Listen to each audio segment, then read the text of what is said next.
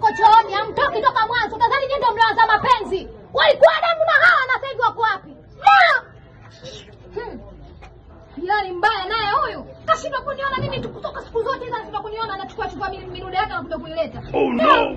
Jamani tokeni tujisaidie. Mnapokichekesha. Kwa dada shida nini? Bora tukata hadi chooni jamani. Shida uioni? Yaani utoke huko uwe kwenda na kati sisi majirani tupo. Waoni tatizo hili? Kwani dada, mbona unatukosea adabu? Ilitakiwa utusubiri kwanza tutoke. Hamna usijali. Wewe nini? Unaona aibu kwa umeza watu? Yaani nikwambie kitu.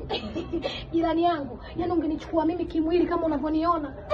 Ungenibeba saa hizi. Unakuja kuchukua hili fantomu, Kakipipa kidogo kimekaa hata kubebeka hakibebeki, Umetakata? Nini?